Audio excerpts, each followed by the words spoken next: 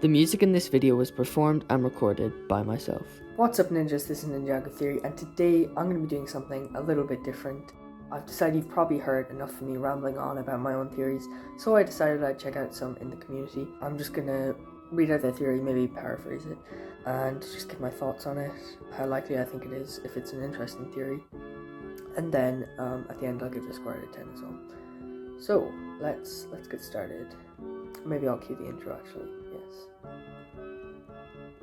Go intro.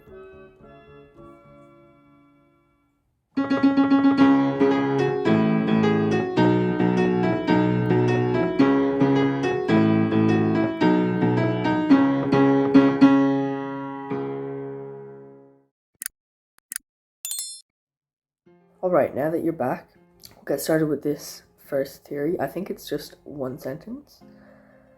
Do you think the Crystal King has something to do with the Realm Crystal? Actually never thought about that. That's a good point. So obviously I thought that Crystal King was to do with the crystals in the Light Temple, or I think it could be that. But it could be Realm Crystal because maybe there's a realm. Oh, maybe they'll go to the Cursed Realm, or not the Cursed Realm, the Departed Realm, I think. And that's how they could get back some older villains. Yep, that could definitely happen. I could definitely see that happening. Yeah, it is a fairly simple premise. Crystal King, Realm Crystal. But it's a good point and definitely could be likely. I can see the merit there. I'll give you a 7 out of 10 there because, you know, it's a fairly simple theory, but it's definitely very likely. So, alright, let's see. This one just says Ninjago Theory. What if Lloyd was only supposed to fight the Overlord? After all, the legend said Dark Lord, not Lord Garmadon. Lloyd might have only been destined to fight the Overlord, the real Dark Lord.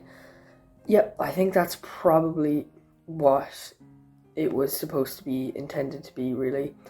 Because he did end up fighting the Overlord. I think that's, yeah, as the commentator says, that's kind of, I thought that was the point. Yeah, I think, I don't think you're onto something there, unfortunately. I think that's just true. But, sure, I'll give you a 4 out of 10 because you are right, but yeah, I think that's already canon. Clutch Powers Ninjago Theory. Let's check this one out. Clutch Powers exists in the Ninjago universe because Cole references him. Yep, in season 1. It's Royal Blacksmiths, the episode.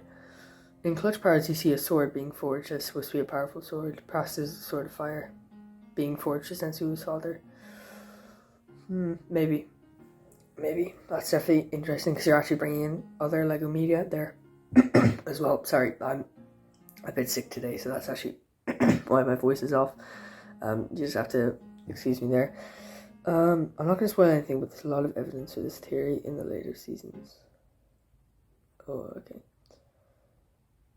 Oh yeah, this person hasn't actually seen season 11 yet, I suppose. Yeah, could see this happening, or, well, I don't think they'll ever reference this, but it's an interesting theory. I'll give that a 7.5 out of 10, because I think it's a cool theory. New Ninjago Theory, let's check this one out. Oh, it's a meme. Okay. You know, it relates to theories anyway, so. Firstborn plus Omega equals First Jujutsu Master. Kinda, yeah. I mean, that's not really a meme, is it? This is kind of true. Oh, wait. Right, I didn't get that. Okay. I'm just gonna... Beginning of Ninjago Theory. Hey, that's my channel. Oh, I see the word Temple of Light. Okay, this is a long one, so I'm gonna read through it and then come back to you with a sort of paraphrased version of it. Okay, so basically this theory is kind of filling in all the gaps for Ninjago's history, and a lot of it is already kind of canon, but it's just kind of making it more, just filling in the gaps a little bit more, I think. Yeah, I'm not really going to go through it. If you want to read it yourself, you can, because there is quite a lot without being able to simplify it down. But I think it's really well written and very interesting to read and would make a really great video. It's got a lot of likes as well, and yeah, definitely a very interesting one from u/titaniumj52, and yeah, I really like this one. I'm going to give that an 8.5 out of 10, and yeah, everyone seems to like the ideas of it.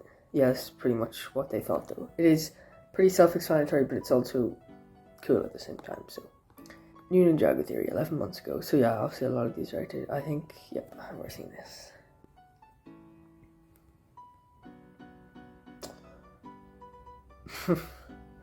Not much to say here, but yeah. Is Jay autistic?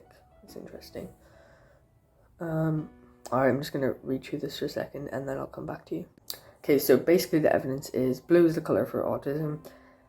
He's immature, he never shuts up, and then just a few other little things that are really worth mentioning in my opinion. I think, I doubt it to be honest, it is a kids show and a lot of these are just character traits that characters would have, so yeah, I don't really think so, not in my opinion, but an interesting theory nonetheless. I'll give you a 6 out of 10. Let's see, this Ninjago theory. One of each ninja's wishes came true in Skybound, and this is a lot of likes, and I'm gonna try to read through it all. Alright. So in Skybound, Nautican uses the ninja's wishes against him by twisting the words. However, each ninja had one wish that actually came true in 2 ways. One in the short term when Nautican's treachery was in effect, one in the long term free of any meddling. Okay, that's really interesting. So obviously we all know the short term ones because that was, when he kind of twisted the words. But apparently they got all their wishes granted in the end as well, so let's see. So Jay wished he could impress Nia, and obviously that did happen. Kai wished Nautican to take him back to when things were good, and all of Skybound did end up being erased. Cole wished that Nautican didn't have the Sword of Souls, and Nautican ended up losing that at the end. Zane wished any damage Nautican did to him was dealt to Nautican tenfold.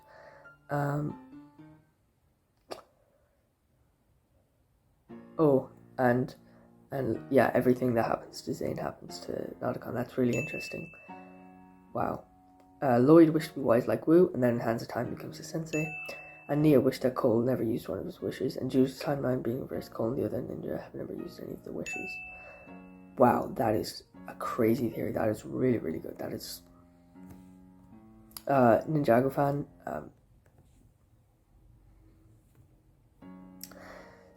I really like that, and I think whether it was the decision of the creators or not, I think this is really well thought out. Might not be intentional, but I'm going to give this a 9.5 out of 10. I really like this theory. It doesn't really suggest anything for the future of Ninjago, but it's a really awesome and very smart theory, so good job there. Explaining Lloyd's eyes and how he was able to date Harumi. Sounds interesting, to say the very least. Okay, so the theory is basically trying to explain the ninjas' ages and the time skips and stuff, and it says that Lloyd's green eyes are because of puberty, and that Harumi likely took some aging tea, and I love that outro as well there at the end, that reference to game theory. And yeah, I think it's an okay theory. A lot of it is kind of stuff you would have to assume, and doesn't go too much into how Harumi is the same age as Lloyd in Season 8, because that is definitely a plot hole of Ninjago, but it's good enough. I'll give it a 6 out of 10. Okay, let's have a look at this one. Kai and Zane lose their powers and release the villains. Alright, better watch this video. Ninjago from Ninjago Theory. Get on the headphones.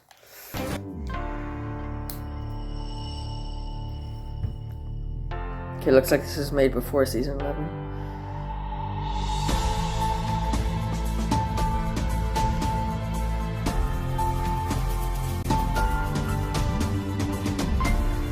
That did happen. That didn't happen.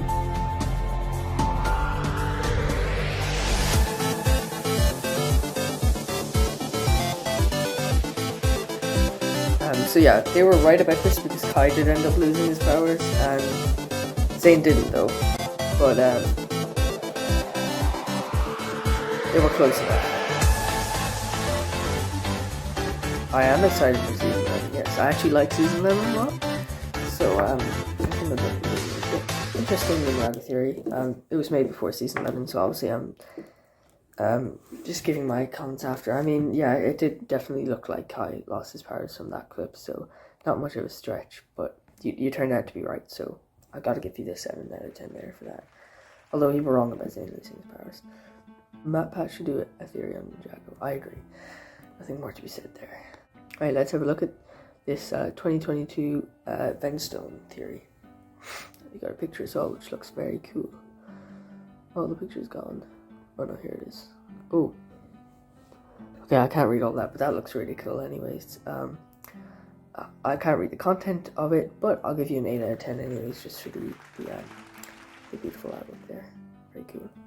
Trace Rule Mother, Ninjago Mini Theory. Ooh, that is long. Okay, I'll read through it. Okay, all the theory is actually saying is that he is the son of that lightning master that we see in the flashbacks, and I'm pretty sure that's already confirmed in canon, so yeah, nothing really much to say here, although it is very cool that this actually came from the game theory Reddit, rather than subreddit, rather than the any Ninjago ones. That's pretty cool. But yeah, I'm gonna give this a 3 out of 10 because yeah, it's kind of already canon and it was a lot to read. Yo, gotten to the end, so let's just have a look at this one, which is also a year old, so we'll be counting whether you got it right or not. So that's Albatross Theory. I do believe that Ninjago Season 14 will only be a 45-minute special, and you got that right. Yep. Yeah, there's nothing really much more there. Ninjago Reboot Theory. So, what is it?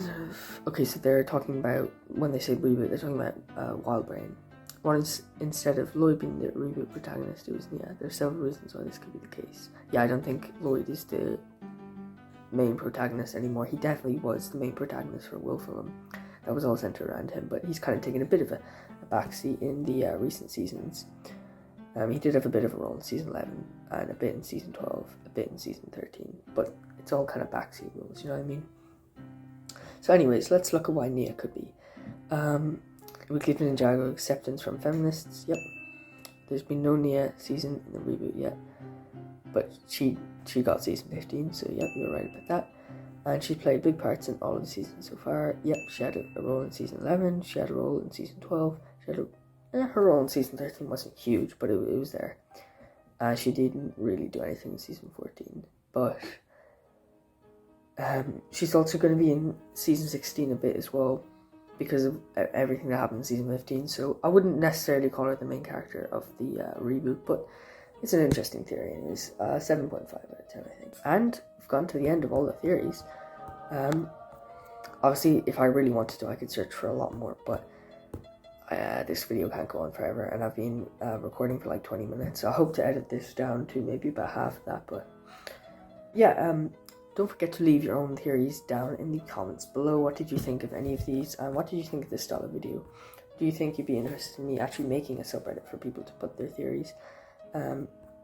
Because that is definitely something I would love to do when I get enough subscribers, but I could start it now if people would be interested in that. And yeah, I think that's about it. Hope you enjoyed the video. That's all from me. Have a great. I almost forgot. If you don't like, subscribe, and share this with your friends, the buildable bat will be very upset.